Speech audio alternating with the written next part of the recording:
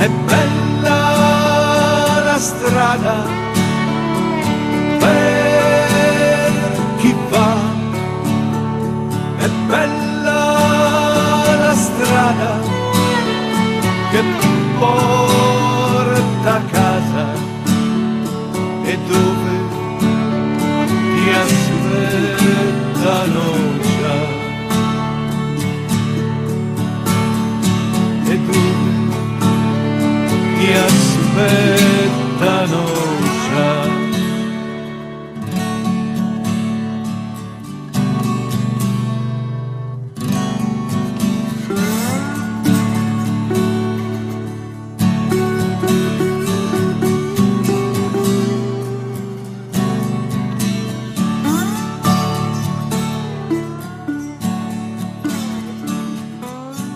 Vai cantar é Romaria, pedindo, já invocando Nossa Senhora, para que abençoe esse gesto desde agora. Vamos lá.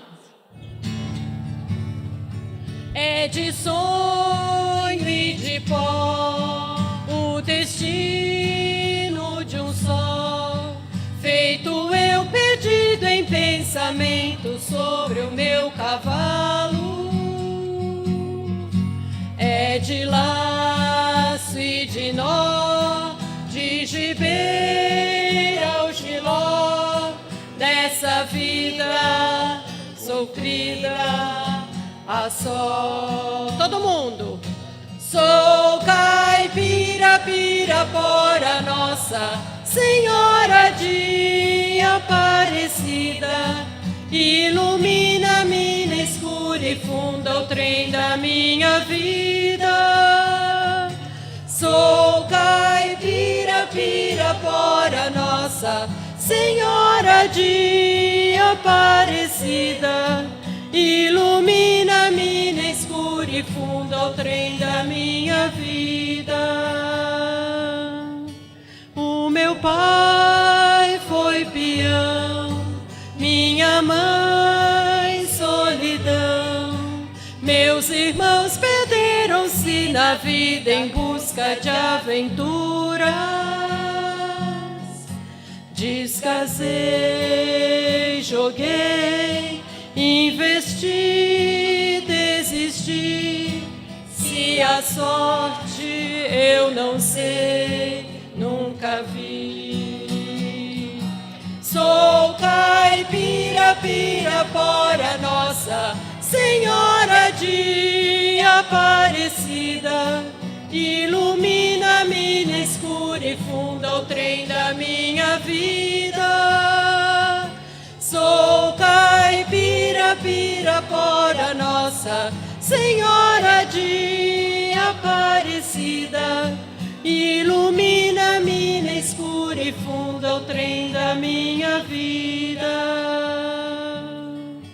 Me disseram, porém, que eu viesse aqui pra pedir de romaria e prece paz nos desaventos.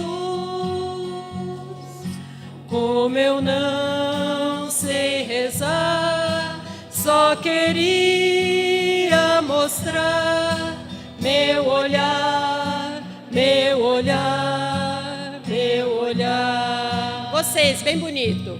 Sou caipira, Pirapora, Nossa Senhora de Aparecida, ilumina-me na escura e funda o trem da minha vida. Sou caipira, Pirapora, Nossa Senhora de Aparecida, ilumina-me na escura e funda o trem da minha vida.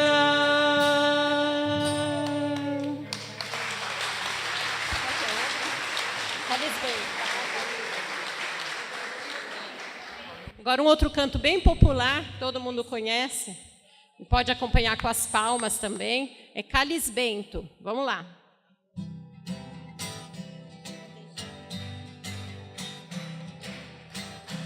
Ó Deus, salve o oratório, ó Deus, salve o oratório, onde Deus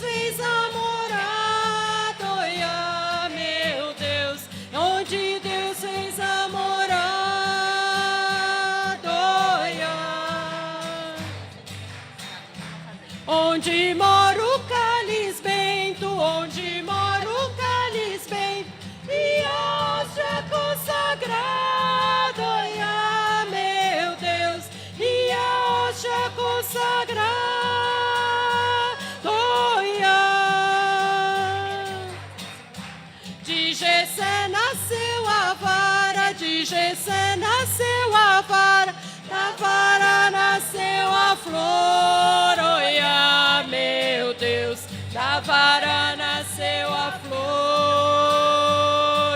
oia. E da flor nasceu Maria, e da flor nasceu Maria, de Maria o Salvador, oia, meu Deus, de Maria o Salvador, oia.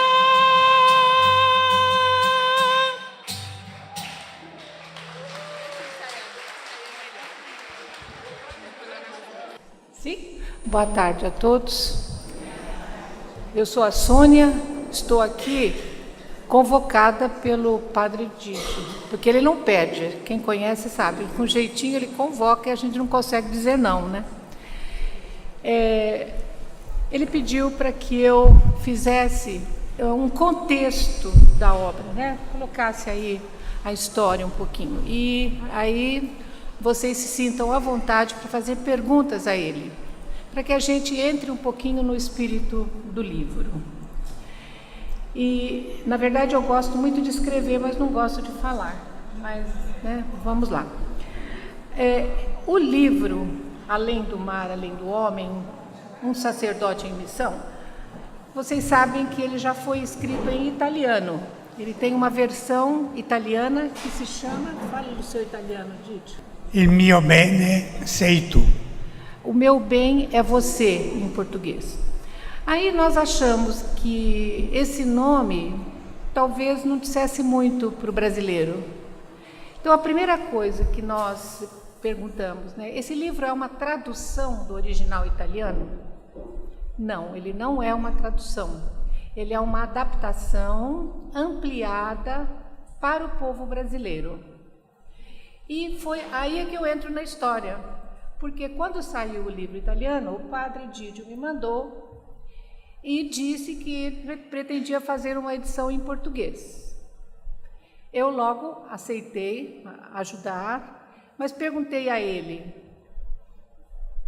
pode mudar? A gente pode fazer assim do jeitinho brasileiro, né, de uma maneira nossa? Ele falou, pode fazer o que quiser. Né? Então ele me deu carta branca, então eu escrevia os textos, mandava para ele lia, mandava as respostas, a gente conversava por e-mail, ficava certo, a gente ia adiante. E aí, depois de tudo pronto, passamos para o Douglas, da Companhia Ilimitada, que fez um trabalho brilhante e com muito amor. Então, o que tem esse livro? O mesmo conteúdo do italiano, basicamente, mas com o nosso jeitinho brasileiro. Então, ele ganhou poesia, né, a própria metáfora do nome, né? Além do mar, além do homem. Por que além do mar? Porque um padre italiano, atravessou o oceano, veio para o Brasil ocasionalmente, encontrou uma periferia e uma comunidade carente e quis fazer o melhor por ela. E aqui ficou e aqui fez tanto bem, e que se espalhou pelo Brasil e até fora do Brasil. Então, além do mar, Deus não tem fronteiras. E Deus usa as pessoas que Ele sabe que são adequadas para isso. E o Padre Dídio sempre, na sua generosidade e na sua fé, disse que nada é dele, né? Tudo é do Senhor. Então, a mesma coisa, ou sei lá, nem posso dizer a mesma coisa, mas eu não sou ninguém aqui nesse livro. Na verdade, como diria o Zé Luciano, eu sou porcaria nenhuma. Eu apenas procurei traduzir, vestir em palavras, tudo aquilo que a gente viveu junto com o Padre Dídio. Porque nós conhecemos o Padre Dídio há 40 anos, das equipes de Nossa Senhora. Nós somos de uma equipe de casais e ele era nosso conselheiro espiritual. Então, foi ele que nos ensinou a ler o Evangelho e ver no Evangelho um espelho para a nossa vida.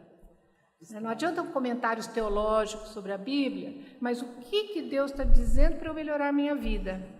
E foi o Padre Dídio que nos ensinou isso. E com esse jeitinho dele, nas nossas reuniões mensais, ele ia plantando em nós a semente de que a fé sem obras é morta. E foi nos arrastando para fazer alguma coisa por esse mundo. E nessa época ele estava, e a Silvia testemunha, né, presencial ali, ele estava montando essa creche, essa comunidade, estava trabalhando com essa comunidade, depois ele conta um pouquinho. E a equipe entrou nessa, e até hoje é o nosso apostolado.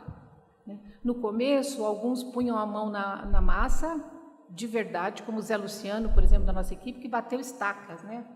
Veio aqui bater estaca do barracão, que foi a primeira creche. A Tereza, que era psicóloga e vinha aqui dar assistência para as crianças, né, que precisavam tanto, principalmente naquele início, né, de orientação pessoal, familiar. E outros que ficavam mais distantes, porque a gente estava numa época de filhos pequenos, trabalho intenso, mas a equipe assumiu também a retaguarda desse trabalho e até hoje é o nosso apostolado. A Solange e a Denise sabem que podem contar conosco para o que quiserem e sempre. Estamos sempre em contato, temos o caixa da creche e ela é nossa também. Assim que eu entrei na história, por conhecer muito o Padre Didio e por perceber que na edição italiana ele não disse coisas que poderia ter dito. E que ele disse de um jeito que a gente que viveu junto com ele sabia que tinha sido muito mais do que aquilo. E aí, então, que a edição brasileira saiu com o nosso jeitinho. Ele tem um pouquinho de cor, né? Nós procuramos pôr fotos de uma maneira econômica, né, Douglas? Porque para não ficar muito caro o livro, mas tem cor, tem uma diagramação que a Companhia Ilimitada fez, que ficou muito boa, com letras maiores, com divisões, mais fácil de ler, né? E aqui está, 144 páginas. A edição italiana acho que tinha 90, se não me engano, né? E esse é o nosso livro que conta a obra e a vida desse instrumento de Deus, esse homem santo que é o Padre Didio, que todos nós conhecemos e amamos. Então, ele me pede para fazer alguma pergunta, só para desencadear o bate-papo. E, por favor, vocês perguntem, entrem nas perguntas, para que ele possa falar um pouquinho, né, do que ele acha importante aqui. Então, eu começaria, Didio, perguntando o seguinte. Você sempre foi uma pessoa tão discreta, não fala, faz. Tudo embaixo do quieto, tudo na descrição, não aparece. O que é que fez o senhor Leone, o italiano lá, seu amigo, convencê-lo de que você deveria contar a sua obra para que ela ficasse registrada num livro? Tá bom. Em primeiro lugar, tenho que dizer para vocês que falei tanto, falei muitas vezes, milhões de vezes, mas que hoje estou muito comovido. Para ver pessoas aqui muito queridas. A Sônia, que se conhece com ela há 40 anos, que me acompanhou, que foi aquela que, com a equipe dela, com o grupo dela, que nós tomamos a decisão de construir a creche aqui na favela Minas Gerais. Depois tem uma outra pessoa muito querida aqui, a Dona Dulce, que 47 anos atrás me recebeu lá em São Mateus. Ainda não sabia falar italiano, nem português. Ela me acolheu e trabalhei até quando voltei para a Itália com ela, com a ajuda dela. Dona Lourdes também, que representando aqui São Mateus. A neta dela, Rafaela, a Renata, a Dalva, que são lá de São Mateus, vieram de lá para cá. E depois, não posso esquecer de você, Luana, né? Que você foi dos nossos na creche e está se lembrando ainda da gente e está participando aqui. Teria que dizer um monte de nomes. Vocês me desculpem, mas eu não vou fazer isso. Então, qual era a pergunta mesmo? A pergunta era, Didio, como é que o senhor Leone conseguiu tirar de você as palavras e convencê-lo que a sua obra precisava virar livro, já ser registrada? Então, eu estava contando um pouco. É verdade que eu faço e não falo. Durante muito tempo, na Itália, ninguém sabia aquilo que eu tinha feito no Brasil.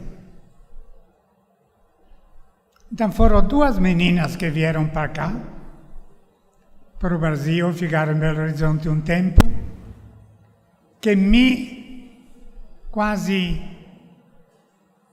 me colocaram para dizer aquilo que tinha feito.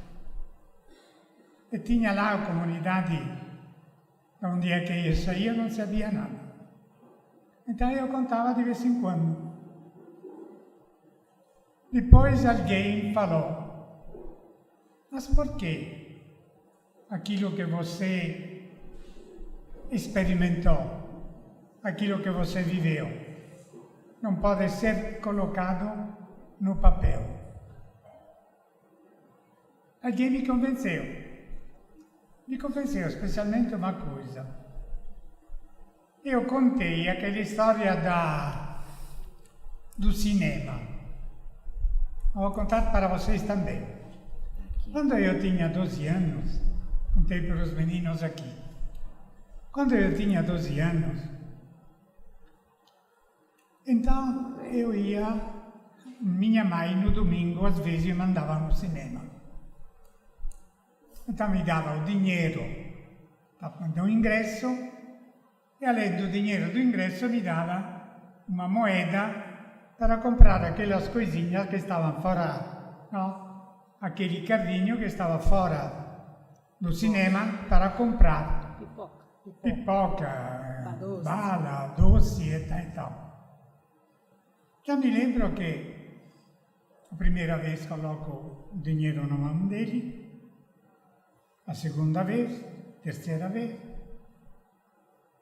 e no tempo me immaginava o que é que fica di tudo isso? E via, fora do cinema, um montão de lixo. Papel de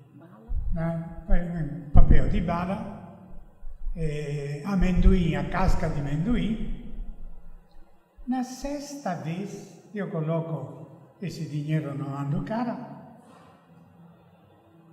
e pensei, mas a minha vida é como uma moeda. Eu posso gastar esta minha vida para comprar esse monte de bobagem. O que é que fica? Um monte de lixo. Então eu falei, eu quero gastar a minha vida por uma coisa que nada pode destruir.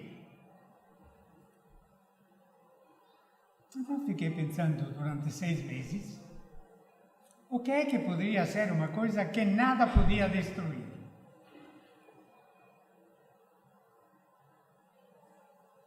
Que não enferruja, que o tempo não destrói. Fiquei pensando. Quando era criança, eu era coroinha. Então ia à missa no mês de novembro. Lá naquela época se costumava ir na missa às 5:30 da manhã, com aquele frio, mês de novembro, e calça curta. porque naquela época criança não usava calça comprida, aquele frio, tinha aquelas pernas roxas de frio. Mas depois de um pouco de tempo, eu me senti diferente. Ouvindo a palavra de Deus, estando lá junto com os padres, me senti diferente. Encontrava os meus amigos e dizia, e notava que não tinha interesses comuns, que eu estava numa outra. Então fiquei pensando, se eu conseguir, com o meu colega, de considerar coisas importantes, aquilo que eu considero importante, quer dizer, Deus, isso ninguém vai destruir. Esse é o tesouro. Então, para isso, eu quero dar a minha vida. E decidi di ser padre. Perché racconto este fatto? Perché io fui contando este fatto para várias pessoas durante a minha vida. E muitas pessoas foram atingidas. É tão verdade que uma pessoa de Brasília me disse, entre outras, que esse conto foi determinante para a vida dela. Decidiu, a partir disso, que queria gastar mesmo a própria vida com, gastar per uma coisa que vale, e si tornò cattolica, si tornò consagrada a Deus. Isso aconteceu várias vezes. Então falei, é verdade que eu não quero escrever nada, porém se eu pudesse escrever, talvez serviria para alguém. Então decidi que ia escrever, mas depois, mas eu não sei escrever. Pouco sei falar, menos ainda escrever. Então me fizeram a proposta, então você aceitaria de gravar, é um jornalista di là, esse Leone, pensò di gravar durante vários dias, ele gravou e saiu o livro. Porém, como a Sônia disse, o livro brasileiro muito mais rico. Porque ela lembrava das coisas que eu contava, estando junto com a equipe, ela completou de uma maneira maravilhosa. E aqui se sente muito melhor quem sou eu.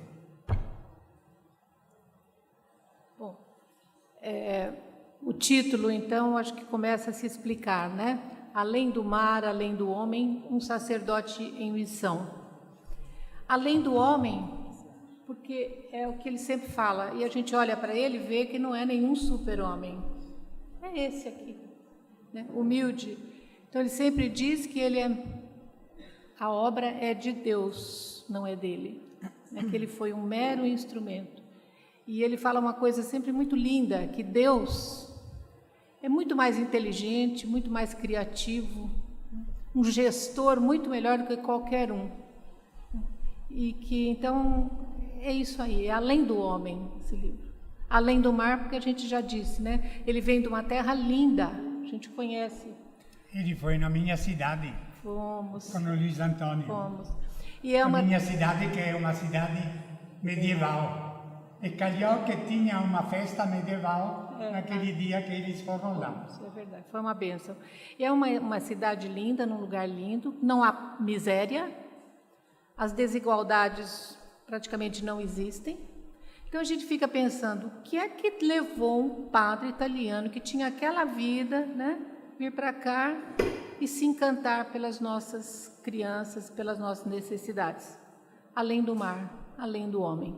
Um sacerdote em missão, é a missão dele, é a missão que ele está cumprindo e vai cumprir ainda por muito tempo, belíssimamente, inspirado por Deus. Eu quero fazer uma pergunta também, né? Eu sou a Silvia, eu brinco com os meninos aqui do Projeto Mar e eu falo que eu sou aqui eu cheguei antes que o Padre Gigi, eu sou bem velha, cheguei aqui antes que o Padre Gigi. Ela que me trouxe aqui na favela. Eu era estudante e estava fazendo um trabalho voluntário aqui e com o meu grupo de faculdade, do Movimento Comunhão e Libertação, e a gente veio fazer um trabalho voluntário e aconteceu um acidente muito grave, que 2 crianças estavam num barraco, e aí a mãe, para ir trabalhar, trancou as crianças lá, e elas foram esquentar comida e acabaram morrendo queimadas. E eu fui contar essa história para o Padre Gijo, e ele falou, não, mas precisamos ir lá, precisamos fazer alguma coisa, isso não pode ficar assim, né? Foi muito bonito porque ele se comoveu, imediatamente falou, a gente está junto, aconteceu isso na realidade, vamos nos ajudar a enfrentar. E de lá para cá, a gente tem vivido uma amizade tão grande, né? Tem gerações aqui, né? A gente tem agora já os netos, né? Netos de pessoas que foram acolhidas já, que participaram naquele início. Então, são gerações de famílias que são atendidas aqui, um milagre atrás do outro, a forma como foram conseguidos os terrenos, por exemplo, para construir os prédios, como esse daqui também, né? Então, é sempre uma aposta grande na providência divina e um amor à pessoa, né? Que sempre existiu com o Padre Gigi, uma amizade muito grande. E a gente vê aqui hoje pessoas de tantos lugares, de tantas idades diferentes, de tantos locais das cidades diferentes, né? Ex-funcionários que trabalharam aqui presentes, né? E é muito bonito de ver essa amizade que permanece no tempo, né? Uma coisa de Deus que de fato permanece, não acaba, né? Mas eu queria fazer uma pergunta, que o Padre Gigi tem uma energia absurda, né? Quer dizer,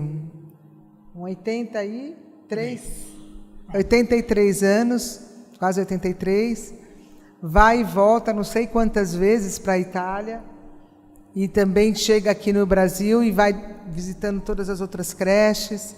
É uma vitalidade muito grande, né? Invejável para nós, para todo mundo. Então, eu queria saber o que te move, o que faz você viver essa disponibilidade, esse movimento pessoal, né, de estar sempre junto com essas obras, com essas pessoas, quer dizer, de todo esse caminho que o livro conta, mas que continua ainda atual, presente, né? Queria dizer 3 coisas a respeito daquilo que foi falado aqui.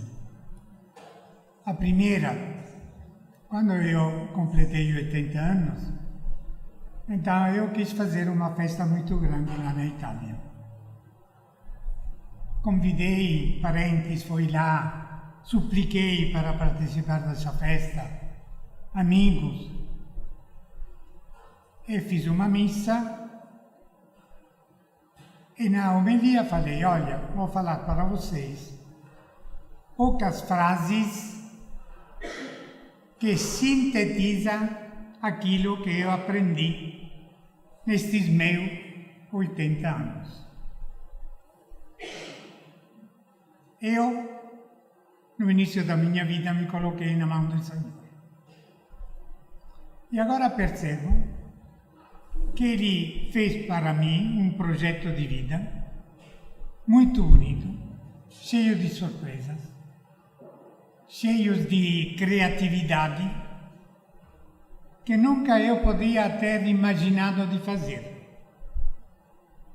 Agora, aos 80 anos, eu percebo que atrás deste projeto eu fui, ele me indicando as flechas.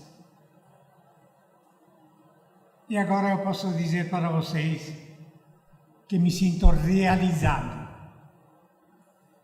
que estou contente da minha vida, que estou feliz. Não poderia ter tido uma vida melhor. Segunda coisa,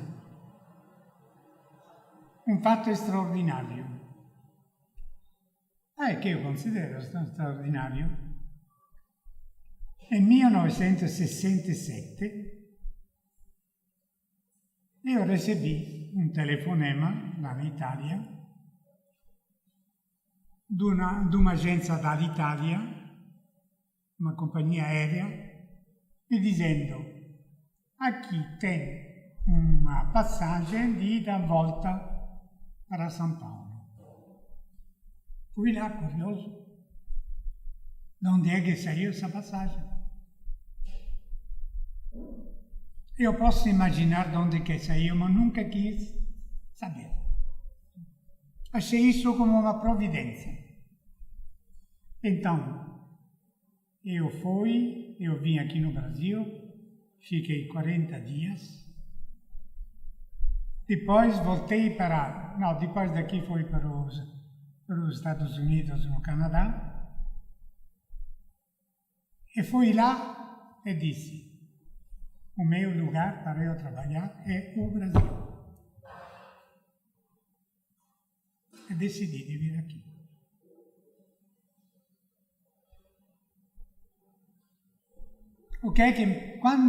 Terceira coisa, quando eu vim aqui no Brasil, primeira vez, aquilo que me fascinou foi os olhares das crianças. Que eu não encontrava, nunca vi na Itália os olhos de crianças brasileiras, vivos. Eu me lembro que, quando eu cheguei lá em São Mateus,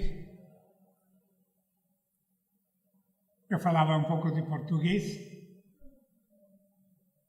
a criança me olhava, me via na cara, e dizia: fala um pouco atrapalhado, né? Em todo caso, para aprender o português, eu fui na primeira série do grupo, no fundo da sala, para ouvir as crianças falar a pronúncia, né? Então, foi uma experiência muito dura. Os primeiros 6 meses achava que não ia aguentar. Eu fui paraquedado aqui, sem saber uma palavra de português, sem conhecer muito bem a cultura. Foi muito duro. E se lembre que em 1970, nestes dias a televisão está falando disso, tinha aqui a ditadura. Lá na paróquia de São Mateus, 4 ou 6 meninos do grupo de jovens com o qual a gente lidava foram presos. E com ele eu também. Lá, um cara falou: venha também você. E eu me encontrei com o delegado Flori. Ouviram falar dele? Sim. Me encontrei, ele se fantasiou, colocou uma barba, lá me mostrou o livro, com um monte de fotos, eu tremendo, porque os caras que foram lá, ficaram lá 14 dias, foram torturados. Eu não fui torturado porque era padre, é porque veio lá um padre que era responsável, o padre do lugar. Olha, você está fazendo o que é que... estou querendo o que é que fez de mal o meu padre. E di fatto non ti ha feito nada de mal. E mi deixou. In todo caso, aquilo que me atraiu foi os olhares dos meninos. E mi atraiu também o fato que eu percebi que a religiosidade natural do brasileiro é muito forte. Então eu fui para lá e disse para o meu bispo, olha, eu tenho que ir para o Brasil. O cara me olhou, você está louco? Sim, quero ir no Brasil. E disse por quê? Porque se os brasileiros conhecerem Jesus Cristo, que eu amo, eles virão aqui na Itália, no Velho Mundo, para animar a fé. Isso aconteceu. Depois de 38 anos, não sei se eu contei, Cecília, para vocês. Depois de 38 anos, foram lá Marcos e Cleusa, dois personagens aqui de São Paulo, muito conhecidos por ter fundado um movimento de sem terra. Foram lá na minha cidade para dar um testemunho. E os meus de lá, a Cleusa, ela tem um carisma, tem uma sensibilidade muito, muito forte. Quem é que encontrou eles foi o Padre Vando. O Padre Vando, que é da minha mesma cidade. Então, quando eles foram lá, a Cleusa disse, mas eu tenho uma sintonia com vocês muito grande. Eu aprendi de vocês aquilo que vocês viveram. Eu sinto parente de vocês na fé. E no mesmo tempo, o pessoal de lá, da minha cidade, disseram, nós sentimos que a nossa fé, vivida para aqueles dois, é coisa nossa, é uma coisa mais viva, mais entusiasmada, mais vibrante. E na hora eu não tinha percebido isso. Me lembro que passei a noite, fui rezar a missa de manhã, me lembro o lugar preciso. Estava saindo da sacristia, pensei, ontem aconteceu aquilo que 38 anos atrás eu tinha pensado. Eu tinha esquecido. E pensei, Deus fiel. Ele me colocou na cabeça aquelas coisas que são deles, que dele, ele realizou. E durante 2 anos pedi perdão ao Senhor da minha infidelidade. Quer dizer que eu tinha esquecido isso. Bom, eu acho que todos aqui sabem que a obra começou aqui num barracão, atendendo a 15 crianças. Hoje é uma obra que aqui vocês conhecem, que atende bebês, crianças, adolescentes, jovens e idosos. Fora aí, 1.070 pessoas assistidas. 1.070. Fora isso, há em Belo Horizonte, em Salvador, em Brasília e rompendo fronteiras em Buenos Aires. Tudo obra dele. Então, a minha pergunta, Padre Tídio, é como é que essa sementinha de São Paulo pôde se espalhar dessa maneira? Aquilo que falava antes, é Deus que faz projetos sobre a gente. Então, João Carlos, onde você conheceu, que agora é bispo, foi para Salvador. Ele trabalhava numa com as crianças de uma favela, enquanto tinha construído aqui em São Paulo e tinha construído também em Belo Horizonte. Eu disse, por que você não vem lá construir? Mas nesse meio eu tenho que colocar uma coisa. Eu me lembro que quando eu decidi, foi aqui na favela Minas Gerais. Eu estava mal. Tinha tido um infarto. Tinha sofrido 2 cirurgias do coração. E vinha aqui na favela e lá tinha um velho que eu deveria ter levado no hospital. Aquele outro que não tinha comida. A moça que me procurava porque tinha engravidado e queria que eu ajudasse. Eu ficava num estado, numa situação de impotência que desencadeou em mim uma arritmia incontrolável. Conversei com o médico, me disse, se você não quer morrer, tem que sair daqui. E come feito com muita tristeza, eu saí. Voltei para a Itália. Passei um ano de depressão, de tristeza. Pensei, a minha vida já acabou. Eu não presto mais para nada.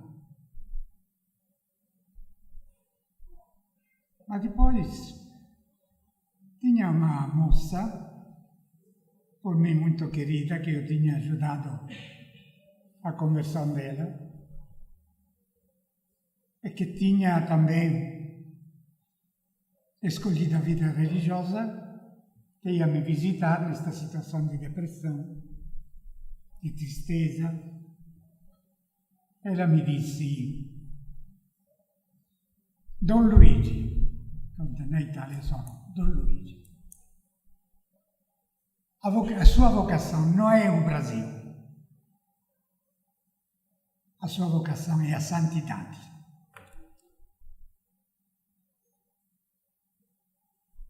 Tremi. Então, não é interessante o Brasil, mas que eu viva para o Senhor.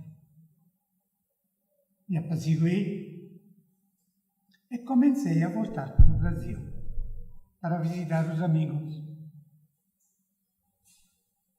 Aqui aconteceu uma outra fase da minha vida. Aconteceu que eu vim aqui no Brasil, eu tinha construído essa creche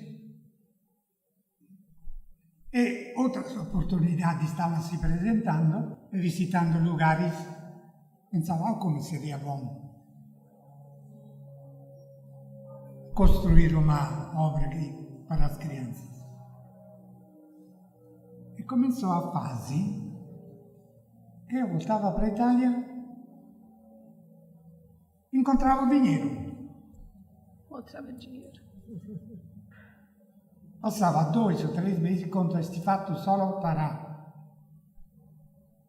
exemplificar.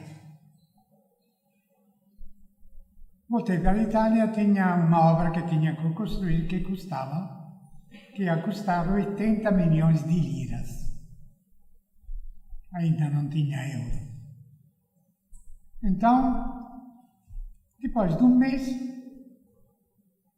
o marido de uma minha amiga, esta minha amiga de Roma me telefonou, e dizendo, olha, o meu marido recebeu uma herança da qual ele não quer saber. Se tinha tido atrito com os parentes, não sei. Você pode receber como se fala, vai fazer em seu favor, procuração. Doação. Claro. Assinei, vendi tudo de casa, terreno, tá? Recebi 2 cheques de 40 milhões cada um. E não vou contar coisas.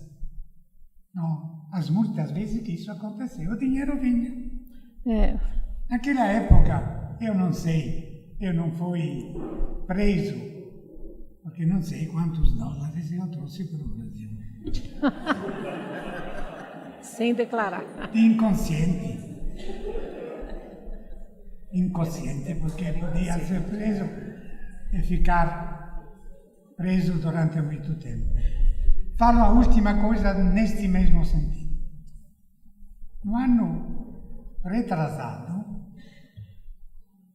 eu tinha um processo lá na Bahia, na Bahia, em Salvador, de uma professora de capoeira que alegava que para trabalhar na creche, ela ficou louca. Ela ficou louca. Então, ela queria 240 mil reais. Não estava louca. Não estava louca nada. E aí? Então, a coisa foi muito tempo, o processo. Um dia me telefonou o cara que tinha que representar eu lá no tribunal, tinha audiência. Então falei, olha, você ofereça 3 mil reais. E se não aceitar até 10 mil, você pode dar. O cara que foi lá, às 4 horas da segunda-feira, me telefonou e me disse, olha, a gente chegou ao acordo, a gente fechou per 9 mil reais. Eu, muito bem. 6 horas da tarde me liga um meu amigo que visitou aqui, veio a visitar as obras. Aquele italiano, vocês se lembram? Sim. E ficou muito impressionado, chorou, se emocionou aqui com as crianças. Porque essas crianças, quando eu chego aqui, correm todo atrás de mim, né? E me disse, 6 horas da tarde, posso encontrar o senhor amanhã? Ok. Que hora? 11 horas. Ele foi lá, 11 horas, com um amigo. Ele tem comércio aqui, tem trabalho, ele faz certos caminhões de limpeza, não sei, uma coisa muito de dinheiro. Vai lá, a gente fala do mais ou menos, e depois deixa para mim um envelope dizendo, isto é para você. Eu estava ali na paróquia da PUC, na secretária, falo com a secretária, por favor, conta esse dinheiro. Era 1.000, 2.000, 3.000, eu achava que era 10 mil. 9 mil. Conta melhor. 1, 2, 3, 4, 5, 6, 7, 8, 9. 9 mil. Na hora eu não tinha me dado conta que tinha que pagar esse 9 mil. E pensei, ma olha a delicadeza do Senhor. Tenho que pagar esse 9 mil. E os 9 mil estavam lá. Chegaram certinhos. Isso aconteceu sempre. Então aqui vocês viram. Construí este projeto. Foi construída a creche. Os meninos são atendidos numa outra casa que está alugada. Depois temos o São José. 1.070 pessoas assistidas aqui em São Paulo. Os idosos idosos. também. E agora parece que vamos ter a oportunidade de a gente construir mais uma unidade. Mais dinheiro, milagre. Mais dinheiro. Mais milagre. Olha, mas eu estou achando que... Pode falar. Vocês estão sabendo disso? Vocês têm que ler o livro, porque o livro conta coisas que você vê que só Deus mesmo, né? Porque a gente fica pensando, é muito dinheiro em todas essas obras, como eles vêm? Como vem esse dinheiro? E ele tem muitas histórias dessas, que é um milagre, são milagres e milagres, e pessoas que Deus coloca na vida do Padre Didio para que tudo se realize, né? E a gente sabe quantos destinos a obra dele já mudou, né, Didio? Ele tem muitos exemplos concretos para contar. Mas hoje eu acho que a festa tem que continuar, não é? E quem quiser, traga, você vai autografar aqui mesmo, não é? Eu quero dizer o seguinte,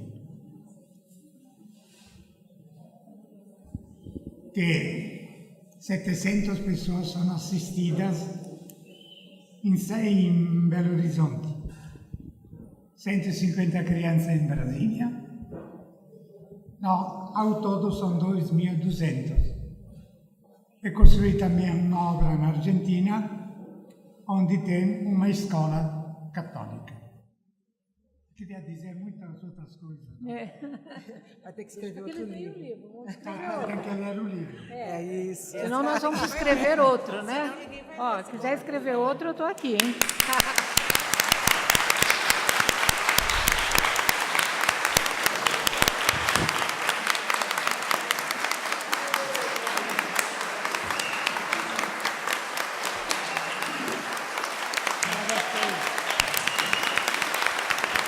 Eu abandonei atrás de mim todo o medo, toda a dúvida, porque grande alegria eu tenho em mim, se penso quanto é bom o meu Senhor. Ele fez os céus acima de mim.